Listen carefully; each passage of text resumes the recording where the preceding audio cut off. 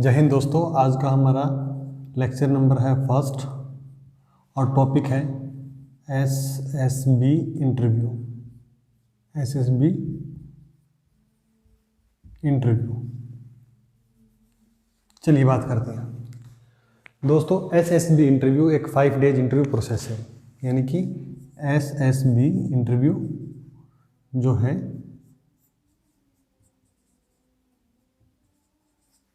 एक 5 days testing procedure है, यानी आपका जो एसएसबी इंटरव्यू है वो 5 दिन तक कंटिन्यू चलेगा। तो सबसे पहले मैं बता दूं कि एसएसबी इंटरव्यू है क्या। अगर आप सेना में चाहे हम बात करें आर्मी की या हम बात करें एयरफोर्स की या हम बात करें नेवी की, अगर आप किसी भी सेना में एक ऑफिसर कैडर में जाना चाहते हैं, किसमें? ऑफिसर में। किसमें भाई? ऑफिसर। अगर आप एक फर्स्ट क्लास कमीशन्ड ऑफिसर बनना चाहते हैं तो आपको एसएसबी इंटरव्यू को पास करना अनिवार्य है, कंपलसरी है। तो सबसे पहले हम जानेंगे कि एसएसबी इंटरव्यू तक पहुंचने कैसे कौन कौन से एग्जाम्स हैं जिनके थ्रू आप एसएसबी इंटरव्यू तक पहुंच सकते हैं। कहने का मतलब कि आप भारतीय सेना में आर्मी, एयर या नेवी की बात करें, इसमें आप एज ए कमीशन्ड ऑफिसर एक फर्स्ट क्लास गजेटेड ऑफिसर जा सकते हैं। तो चलिए बात करते हैं। सबसे पहला जो एग्ज़ाम है, रिटन एग्ज़ाम, वो है एनडीए, नेशनल डिफेंस एकेडमी। ये खड़गवासला के अंदर है, पुणे महाराष्ट्र के अंदर।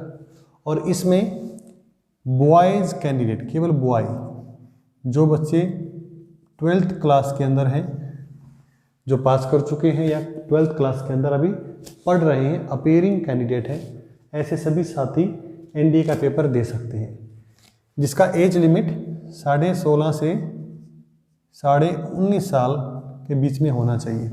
इसका मतलब ये है कि जब आप एनडीए एकेडमी को ज्वाइन करेंगे, आपका मैक्सिमम एज लिमिट 19.5 से कम रहना चाहिए।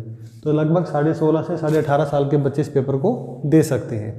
बहुत सारे बच्चों को डाउट रहता है कि इसमें केवल साइंस साइड के बच्चे जा सकते हैं, नॉन मेडिकल के बच्चे जा सकते हैं। ऐसा नहीं है बच्चों, इसके अंदर किसी भी स्ट्रीम का बच्चा, 12th साइड मतलब किसी भी स्ट्रीम का बच्चा एनडीए का पेपर दे सकता है।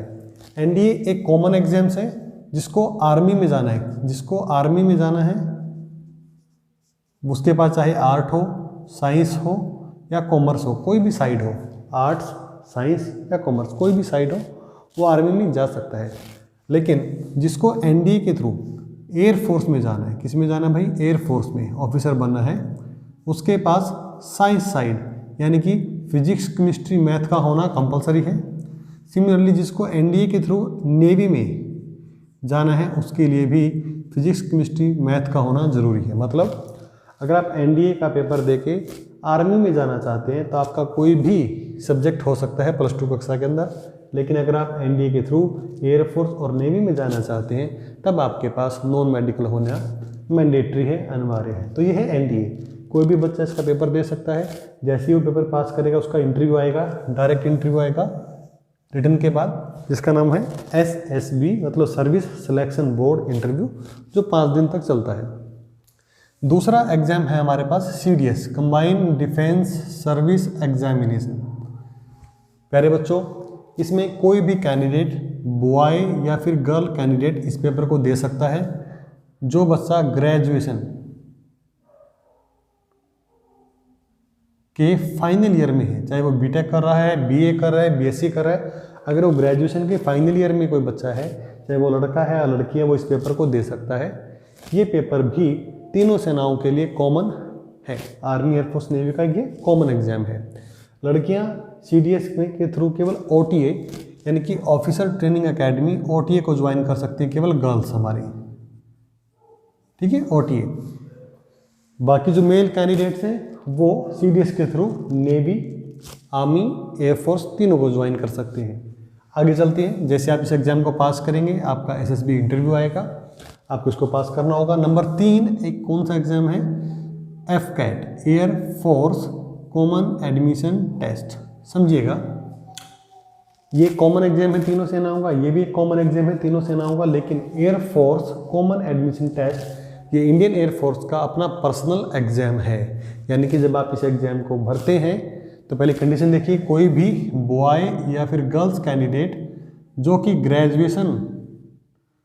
ग्रेजुएशन कर चुका है विद 60% मार्क्स या फिर फाइनल ईयर में है। एक्चुअली अभी जो जैन 2021 में अभी फॉर्म निकला था एफकेट का, इसमें ग्रेजुएशन अपीयरिंग वाले बच्चे भी एलिजिबल थे। वैसे जर्नल इसका है कि 60% से आप ग्रेजुएट होने चाहिए, चाहे आप मेल हो या फीमेल हो, आप एयरफोर्स का कॉमन एग्जाम दे सकते हैं। जैसे ही आप इसको क्लियर करते हैं एफकेट को, तो इसमें बहुत सारी ब्रांचेज हैं। फॉर एग्जांपल अगर मैं बात करूं, फ्लाइंग ब्रांच है, नंबर एडमिनिस्ट्रेटिव ब्रांच है, number air traffic controller branch है, एजुकेशन ब्रांच है, ऐसी there are so many, meteorologistic branch है, there are so many branches. तो जो आर्ट्स वाले बच्चे हैं वो मैक्सिमम एडमिनिस्ट्रेटिव में जा सकते हैं, जिनके पास मैथमेटिक्स है वो एयर ट्रैफिक कंट्रोलर में जा सकते हैं। जो साइंस साइड के थे +2 में, जिनके पास साइंस था, +2 के अंदर साइंस था, आगे वो सिंपल BA या BSc करें, वो फ्लाइंग में जा सकते हो। जिसका जैसा क्वालिफिकेशन है वो उस तरीके की ब्रांच में चला जाएगा। लेकिन एक एयरफोर्स का अपना पर्सनल एग्जाम है, तो इसमें भी आपको पहले रिटन पास करना है, उसके बाद आपको SSB इंटरव्यू पास करना है और आप एयरफोर्स में ऑफिसर बन जाएंगे। नंबर 4 पे मैं अगर बात करूँ तो अभी इंडियन नेवी का एग्जाम है, इंडियन नेवी एंट्रेंस टेस्ट। ये फर्स्ट टाइम 2020 में इंडियन नेवी ने कंडक्ट किया है। इसमें लगभग साइंस साइड के बच्चे, जो लगभग इंजीनियरिंग की पढ़ाई पढ़ रहे हैं, चाहे वो मेल हैं चाहे वो फीमेल हैं, इसके अंदर वो जा सकता है। सिंपल रिटन एग्जाम से, रिटन एग्जाम के बाद आपको SSB इंटरव्यू देना होगा। नंबर 5 की अगर हम बात करें, नंबर 5 पे हमारा एग्जाम है टेरिटोरियल आर्मी, यानी कि कोई भी मेल और फीमेल कैंडिडेट जिसका एज लिमिट, इसका मैं एज लिमिट बता देता हूँ। आईनेट का एज लिमिट हमारे पास था अप्रोक्सीमेट 19 to 26, 18 से 42 साल, 18 to 42 ईयर्स है टेरिटोरियल आर्मी का एज लिमिट। एजुकेशन क्वालिफिकेशन इसमें ग्रेजुएशन विद 50% मार्क्स, ठीक है। तो कोई भी मेल जिसका एज लिमिट 18 से 42 है, 50% मार्क्स उसका ग्रेजुएशन में किसी भी स्ट्रीम में, वो टेरिटोरियल आर्मी में पेपर दे सकता है। जैसे ही पेपर पास होगा आपका आएगा SSB इंटरव्यू। तो प्यारे बच्चों, अभी इंडिया के अंदर there are total 5 written exams, 5 ऐसे रिटन एग्जाम्स हैं जिनके थ्रू आप भारतीय सेना यानी कि इंडियन आर्मी, एयरफोर्स और नेवी में एक ऑफिसर के रूप में जा सकते हैं। आगे हम बात करते हैं कुछ डायरेक्ट एंट्री की, यानी कि कुछ ऐसी डायरेक्ट एंट्रीज भी हैं जिसमें आपको कोई इंटरव्यू नहीं देना। तो एक बार हम एज लिमिट की बात करें तो 16 से 19.5 साल, CDS का एज लिमिट 19 से 25 साल, एफकेट का एज लिमिट 19 से 26, आईनेट का 19 से 26 यानी कि 19 से 26 साल, TA का 18 से 42 साल, ठीक है। तो यहाँ पे आप देख सकते हैं रिटन एग्जाम्स के नाम, मेल और फीमेल कौन उसमें जा सकता है, एंड क्या क्या उसमें क्वालिफिकेशन चाहिए, क्या क्या उसमें एज लिमिट्स चाहिए, आपके बोर्ड के ऊपर है। इसका आप एक स्क्रीनशॉट ले सकते हैं, इसका आप नोट भी कर सकते हैं। आगे बढ़ते हैं डायरेक्ट एंट्री पे।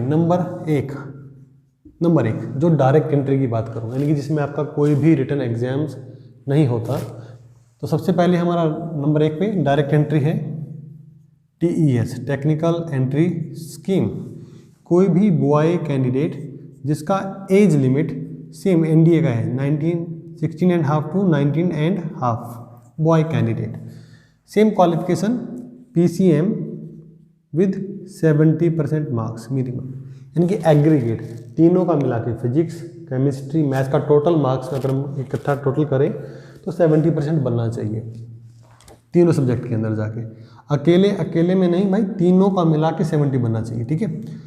तो ऐसा बच्चा डायरेक्ट SSB इंटरव्यू के लिए जा सकता है। डायरेक्ट SSB के लिए, इंडियन आर्मी का ही पेपर है तो डायरेक्ट इसमें आपका SSB इंटरव्यू रहता है, इसमें आपका डायरेक्ट SSB इंटरव्यू रहेगा।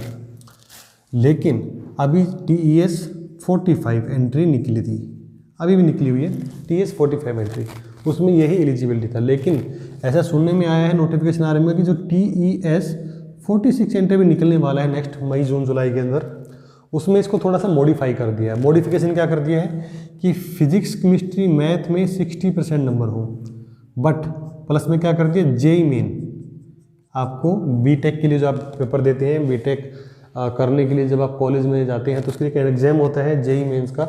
अगर जो बच्चा PCM में 60% है, JEE मेन में अच्छा रैंकिंग जिसका आएगा, वही बंदा TES के थ्रू डायरेक्ट SSB दे पाएगा।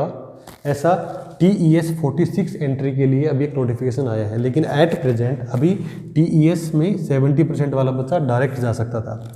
सिमिलरली नंबर 2 पे एंट्री है नेवी बीटेक कैडेट एंट्री, नाम थोड़ा लंबा है इसका। नेवी बीटेक कैडेट एंट्री बिल्कुल सेम क्वालिफिकेशन, क्या है PCM में कितना % मार्क्स चाहिए भाई, PCM में 70% मार्क्स प्लस आपको JEE मेन का एग्जाम देना होगा। इसमें जो अच्छा नंबर जिसका आएगा उसका डायरेक्ट SSB इंटरव्यू रहेगा। ये जो PCM में 70% मार्क्स की बात है, ये 12th क्लास की मार्क्स की बात हम कर रहे हैं। 12th क्लास की, कौन सी क्लास भाई, 12th क्लास की मार्क्स की हम बात कर रहे हैं।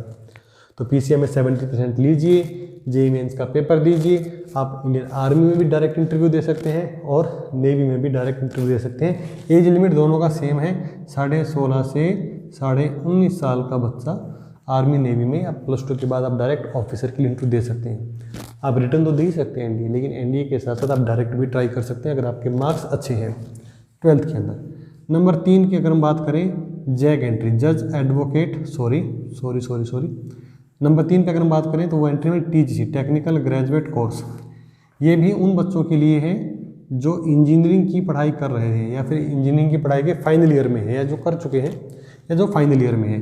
कोई भी मेल और फीमेल कैंडिडेट जो बीटेक कर रहा है फाइनल ईयर्स में है अभी या जो कर चुका है, वो TG टेक्निकल ग्रेजुएट कोर्स के थ्रू, जिसका एज लिमिट 19 to 27 है शायद, इसमें ये डायरेक्ट SSB जा सकता है। हो सकता है 21 से 27 भी हो, ठीक है, मे बी ये 21 से 27 भी हो सकता है, ये डायरेक्ट जा सकते हैं। नेक्स्ट है हमारी एंट्री नंबर 4 की NCC national cadet corps entry.